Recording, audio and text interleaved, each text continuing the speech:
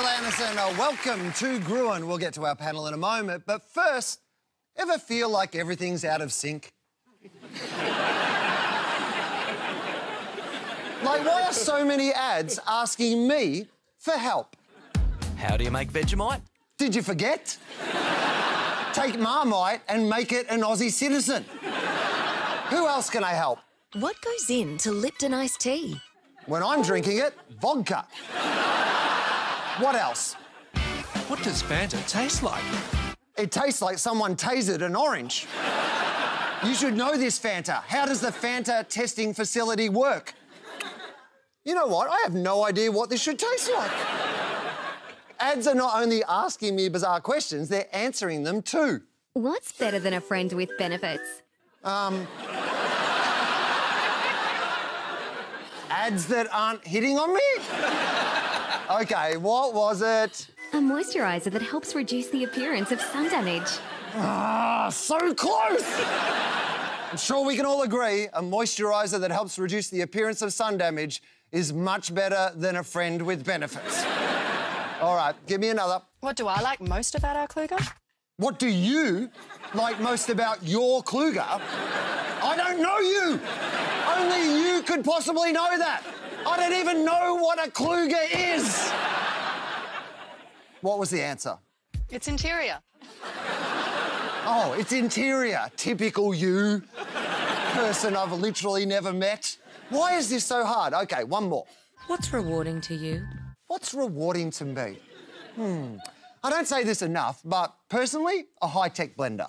A high-tech blender? Yes! I got one!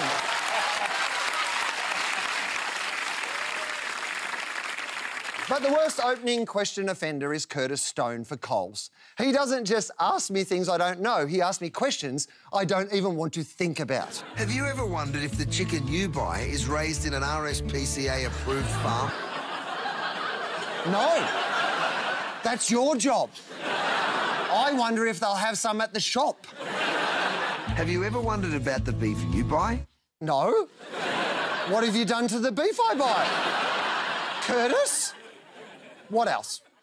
Have you ever wondered what free-range pork actually means? No, I've already seen Babe. It's adorable. How many more things can you wonder? Ever wondered if your seafood is responsibly sourced? No, Curtis, I wonder if it's tartare sauce. And I wonder who forced you to get on that boat. Are you OK, Curtis? Ever wondered if all sourdough is the same? No, I haven't. No one has ever wondered that. I'm not a white bread supremacist. You know, now I'm starting to wonder if you're high. You're Curtis stoned. Curtis wonders, in so many Coles ads, watching TV feels like this. Have you ever wondered it? Have you ever wondered it? Have you ever wondered it? Are we done wondering, Curtis? Have you ever wondered where your fruit and veg comes from? Oh, I know this one. Woolies.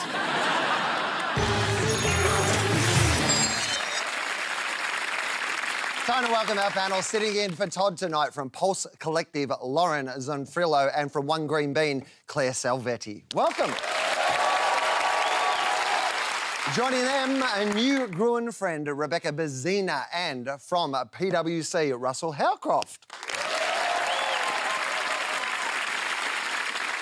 Previously on Gruen, the Banking Royal Commission. Remember that? Well, here's a quick recap. Billions of dollars in compensation to customers, the CEO of NAB having to GTFO, and the reputation of the Big Four plummeting lower than their interest rates. So, how are the banks trying to win our trust back? Advertising, of course. NAB is banking on stars too young to remember the Royal Commission. ANZ has recruited the Hoff. Makes sense, he turns up when someone's drowning. And CommBank has clearly entered the Banking Witness Relocation Program because it's not even using its own name in its ads. Which bank? We can't say. But one big bank ad that's really caught our eye is this one from Westpac. I took my love, I took it down. I climbed a mountain and I turned around.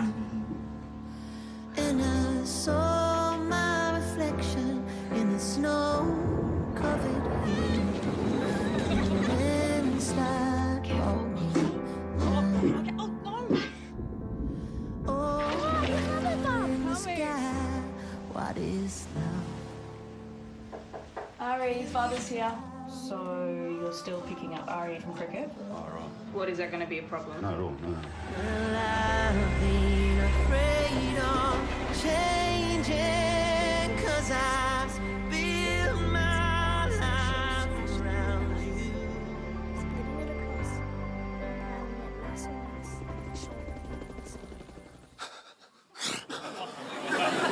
That's the most the bank's made me cry since the Royal Commission. Claire, what do you think of that ad? Well, from a craft perspective, it's really beautifully shot, great cast, super powerful soundtrack. On their website, they have a separation hub, which has got some really great tools and things that people can access if they're going through a very complex and distressing separation situation. The question that I have is, does that separation hub sit there because it genuinely helps people going through separation? Or is it there cosmetically so that they can tell the story in the ad? 40,000 divorces a year, so that's 80,000 opportunities to get a sale, because... I think Russell just answered your question about whether it's cynical or not. It's great marketing, Yep. you know, because I think this is actually a beautiful, beautiful commercial. I think it's subtly done, it's beautifully done, there's unbelievable empathy in it. And for us to be able to watch a long-form TV commercial is a joy. There's very little of it going on these days. And so for us to just settle in and watch something which is as beautifully crafted as that is a great thing. The debate that's been going on for 10 years now around do I do long-form brand-building advertising or do I do short-form sell-it-today advertising? This is just part of getting the balance right, and good on them. Yes, it's commercial, of course it's commercial. They're in the business of growing their business. People are watching TV, they're on their iPad and they're, you know, ordering food on Uber Eats. Like, we're multi-screening all the time. And so it's not all about the visuals. You really need people to pay attention to trigger something. I mean, that song originally came out in the 70s and it's still being reused now. Like, they've branched out to cover a really broad audience. Yeah, the only risk in the commercial is its length. We do have such short attention spans now. So the only way you're going to make length work is through insanely beautiful production values. Yes. And then you cross your fingers that the remote control doesn't get used or the mouse doesn't get used to click on and move to the next thing.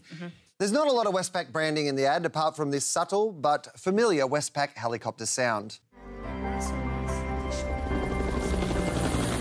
But I did count a lot of incidentally red things. The red folder, red pot plant, the red bucket, red cushions, red drawing, red necklace, red bin, red gloves, red carpet, red towel, red sandal, red umbrella, red bracelet, red train seat, red houses and pillow with red flowers.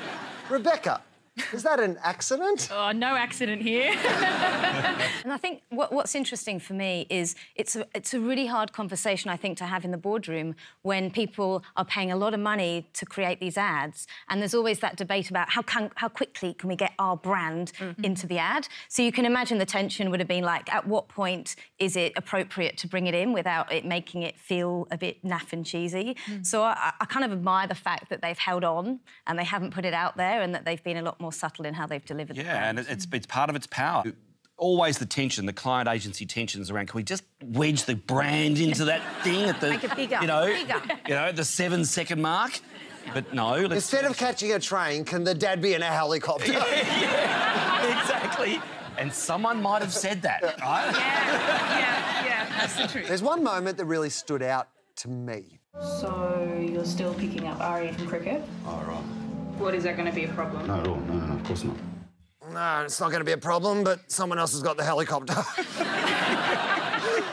They've got the scripting there and the tone of voice absolutely perfect. That there's that passive-aggressive, you know... Wife stuff, Brian, is that what you're saying? Oh, yeah. Come and on, then, you know... I'm offended by that. It's perfectly pitched passive-aggressive stuff, which is... So you're making a film. That's very, very hard to do. Yeah, there's that sense in it. I mean, you know, when we watched it, the thing that caught us about that line was how beautifully written it was, because you can sense the tension, the reason that they split up, but it's not horrible or aggressive or people yelling at each other, which is a really amazingly subtle piece of writing. Yeah. Agreed. I kind of wish they'd flipped it and actually had perhaps the other role being played, because that's the less usual way for it to be played. Really? Russell, it's rare that I can say this, but you're outnumbered tonight.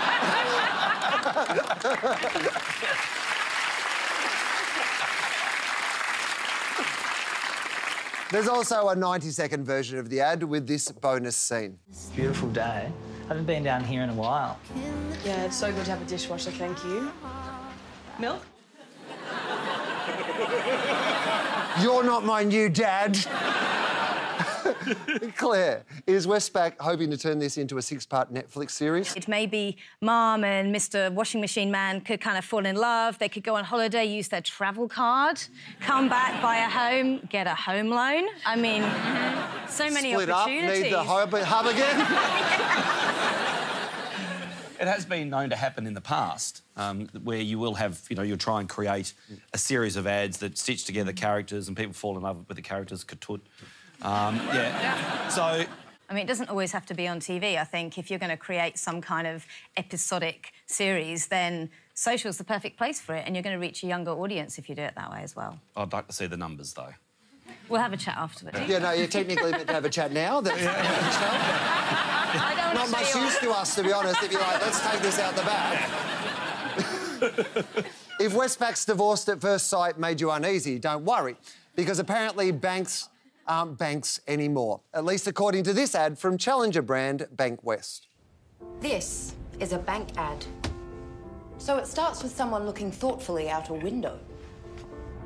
Or walking down a busy city street among the people. Then showing you meaningless numbers and indecipherable jargon that makes things seem complicated. Now, nod like you understand. Good. We'll show you how we're with you every step of the way. Like one big happy family. We understand real budgie smuggling Australians. Hard-working Australians. Especially florists. Now at the end of the ad, it's time for the big banking musical climax, where we show how we go above and beyond the rest.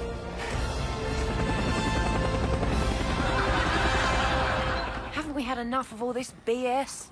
And by BS, I mean bank stuff. So, at Bank West, it's bank less from now on. Less jargon, less about us, less bank stuff. How about that tagline? Less BS, less bank stuff. Fun fact, Bank West is owned by the Commonwealth Bank. Can't get more BS than that, and by BS, I mean bullshit. Russell, can you say there's less BS if you are literally BSing people? You're not BSing people. You're promoting the bank that you are attempting to promote now, Bank West. Yep.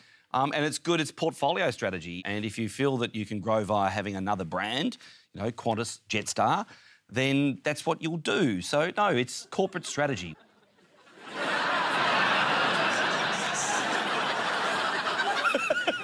I think BS is really, really interesting. I think it's a great internal mantra, yet they should be thinking their marketing team should be, how do we create products that have less bank shit? The reality is, though, externally, I think that they're having a bit of a go, because the reality is that they're not changing the actual products. They're just putting lipstick on the pig. How will we stop charging dead people? Yeah. And they... How will we? I know. It's so hard Okay. to work. All right. OK, so I disagree. We've just gone through a royal commission. People are really looking to be able to trust their banks. And they don't necessarily know that Bank West is owned by CommBank. So it feels like that the banks are pulling the wool over the public's eyes, because they're basically saying, oh, if you don't want to go with CommBank, then go with Bank West. And actually, Bank West are disagreeing with what CommBank does. Among the challenger banks, Bendigo Bank has released an ad filled with BS. And by that, I mean boring shit. Let's fast forward through the dull parts. The big four banks are quick to point out their home loan interest rates. But what about their rates of disinterest? Because... So if you've lost interest in the big four, try Bendigo Bank, the better big bank. That's how I watch all ads. Gruen is only 15 seconds for me. Elsewhere, other challenger banks are serving up their own steaming piles of bank stuff. New digital bank Zinja has an Instagram campaign promising can't-free banking. Strange, Instagram is full of can'ts. And Me Bank has billboards warning of bank-anxiety. Me Bank says you feel banktious when you can't understand what your bank is saying. Maybe it's because they make up words. To cure bank-anxiety, which it invented, Me Bank launched this 15-minute guided meditation. Welcome to this guided meditation with me. Now, this is real. But I'm feeling too banktious to meditate. So let's fast forward to the again. This is real, and this is the end of the guided meditation. When you open your eyes, you will bring this positive, new thinking to the way you live and the way you bank.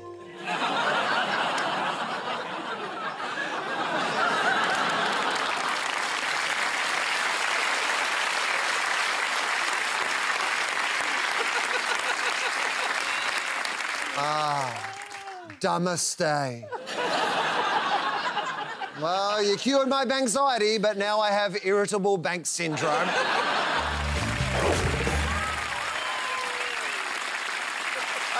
In 1991, Kentucky Fried Chicken embarked on one of the most notorious rebrands since Andrew G became Osher.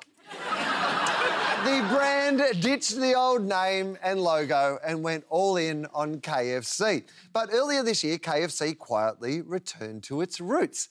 Let's look at a new ad that played during the AFL Grand Final.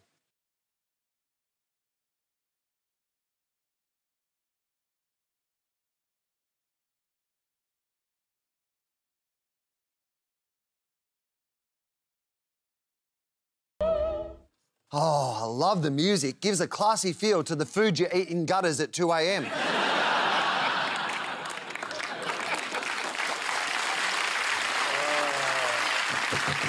The bit I can't get over is the raw chicken. It made me wonder... Have you ever wondered if the chicken you buy was raised in an RSPCA approved? It made me wonder about the logic of showing raw chicken in your ad. Lauren, why? I have done so much food work in my career, from sort of fast food all the way through to fine dining, and very rarely do you show an unfinished product. But the purpose of this is to say, I know you think we bring out huge slabs of frozen chicken. No, no, no, no. It's fresh. We do it one by one. It's done by hand even, you know, and so they're taking you through this imaginary journey of how that chicken's actually put together. And then at the end, they have a visual call to action, which is like the chicken like practically dropping into my mouth. Now my mouth's watering. Yep. I just... that response was a response that I have whenever I see raw chicken. You know, you don't look at it and go, that is a cracking chicken breast. I can't wait to get my mouth around it. It's gross. Like, I think I totally understand the narrative they're trying to say, but I go, it's just not worth it, because all I can remember is that kind of yucky chicken skin thing. It's abnormal. It's not a normal way that quick service restaurants advertise. It's how supermarkets advertise. Back in 1991, KFC was apparently seeking to distance itself from the word fried. In 2019, we're more health conscious than ever, but the chicken is busy doing a pirouette in oil. Rebecca, is fried no longer a dirty word? Look, I think we find new dirty words, you know. I think that society and pop culture, things change. So, you know, at one stage everything was fat-free, then it's like no sodium, and, you know, we went through the gluten-free stage, and now we're having this debate over meat versus vegans, you know. It is awesome. Yeah. It's awesome. I mean, this is pride in fried. This is... Yeah. And that I'm telling you, Will, that's literally on a PowerPoint slide. That headline, pride in fried. That's what's going on here. Like, that is what we serve, and that is the trigger that gets people to come to our store. It is what they do brilliantly. They're brilliant at it. They've been brilliant at it forever, and we all know that. So I just love the fact that they've gone, you know what, I'm over all this lettuce stuff. Yeah, they don't have to be the lettuce guys. Someone else can be the lettuce guys. These are the fried guys. The oil in that ad reminds me of Schwepper-Vessens, beer, or even... What does Fanta taste like? Oh, so that's what Fanta tastes like. KFC. Russell, how do advertisers get the bubbles so bubbly? I mean, you literally want to eat it off the bat, don't you? Well, Will. You want to just go to KFC and get stuck in because of the skill of the food shooter. I can't count how many food shoots I've done, and people think it's very glamorous, but you can't eat anything because of the shit they put on the food to make it do what it does. You know, something like this for me, it would have been the chicken was coated in bicarb and put into some cold liquid. The camera's in the liquid, it captures this moment, and they go, beautiful. There was no hot oil there. That wasn't bubbling away and getting crispy. Like, this was gross. Yeah. But it looks good, but that would have been gross. There was no chicken eaten at that shit. It's really interesting that a lot of people are surprised that there's a lot of artificial stuff in food styling, but the reality is that, look, we have to have a lot of makeup to come onto this set, so food just has... Well, I do. Stop, Lauren. I do, personally. Very tired. This is what I look like at all times. Here's another KFC spot that's been on high rotation. Emma. Where have you been, girl? Big night. Did someone say KFC?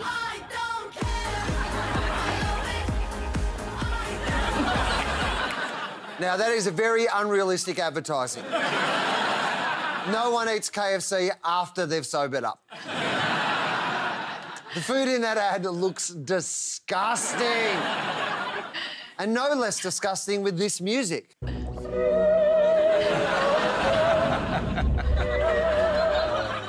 Claire, did KFC get a hungover person to style this ad?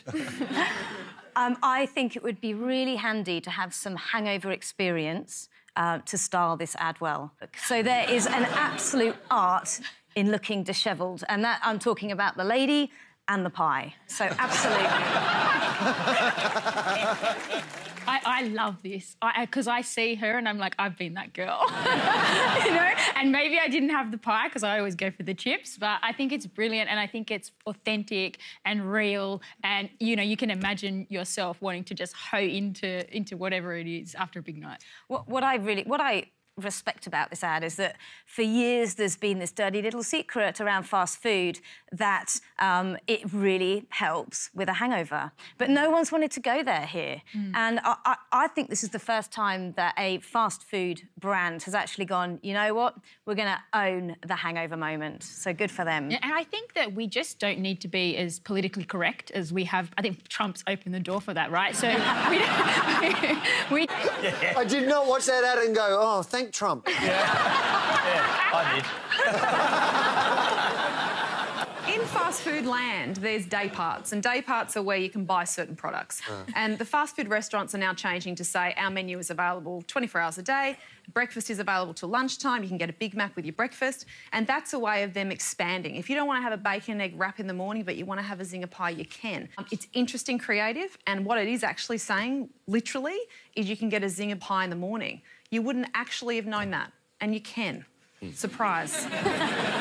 It's hard to find a through line in the bottomless bucket that is KFC's marketing. Most of its ads feature people with red hair, and you can't seem to avoid this line. Shut up and take my money.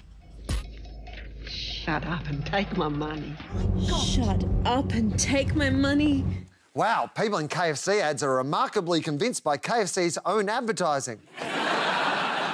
But nobody seems to be able to make a firm decision on the name. The KFC website uses both the new old and the old new brand names. The signage out the front of stores says KFC. The packaging says Kentucky Fried Chicken. The company tried to clarify matters in a statement. KFC is who we are. Kentucky Fried Chicken is what we serve. Oh, they sound deep. And fried. You advertise Kentucky Fried Chicken, you're more likely to get a sale than if you advertise KFC. and they'll have plenty of evidence that that's the case. So I buy their explanation. That is ultimately that's what I'm putting in my mouth. I'm putting Kentucky Fried Chicken. But you love Pride in Fried. I do love it. I do. Russell's going to lead the Pride in Fried march. Yeah. Yes. But branding needs to be single-minded. This is very confusing. You know, branding is clear and severe. Don't muck with it. But It's like two names. they are big enough and ugly enough. They've got the history. There's nothing confusing about that. They use the same typeface, they use the same colours. The consumer's able to work it out. I just think they're building the depth, breadth, power of their brand. I think they got it wrong. I think they went to rebrand, then they got something wrong along the way, and it will eventually move to Kentucky Fried Chicken when they have the numbers to do it, the people to do it, the finances to do it. You don't half rebrand. I've never heard of it before.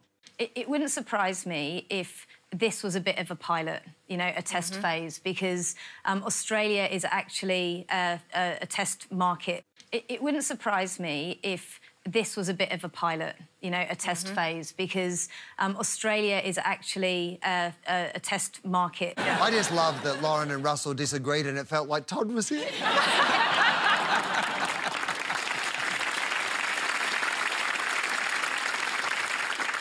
If you watch the NRL Grand Final this weekend, you'll see KFC branding everywhere, including the video referee. Makes sense, KFC is the official sponsor of Terrible Decisions.